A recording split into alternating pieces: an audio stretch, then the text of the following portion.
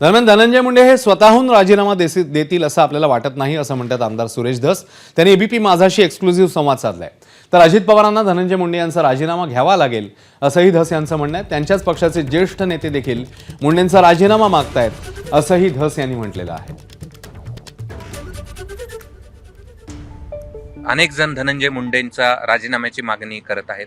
या तपासामध्ये जर धनंजय मुंडे अडथळा ठरतील तर त्यांनी स्वतःहून राजीनामा दिला पाहिजे।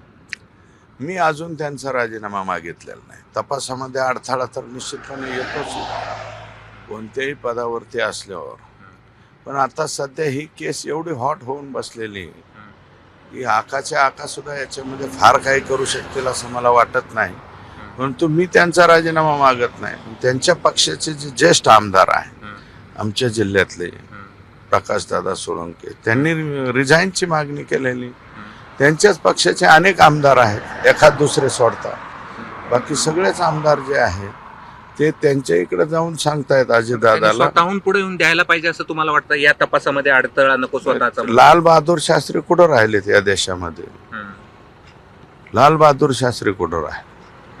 आता लाल बहादूर शास्त्रींचा जमाना थोडी, जमाना बदल गया आहे। तुम्हाला वाटत नाही? मला नाही वाटत ते देतील राजीनामा। त्यांनी स्वतःहून नैतिकता असेल तर ना, नैतिकतेची ह्यांची गाठ असते पाहिजे, मग राजीनामा देतील ना। आता त्यांचे आका जे आहेत ते आकाचे आका म्हणजे वरती जे आहेत त्यांनी सांगितलं पाहिजे। एबीपी माझा, उघडा डोळे बघा नीट।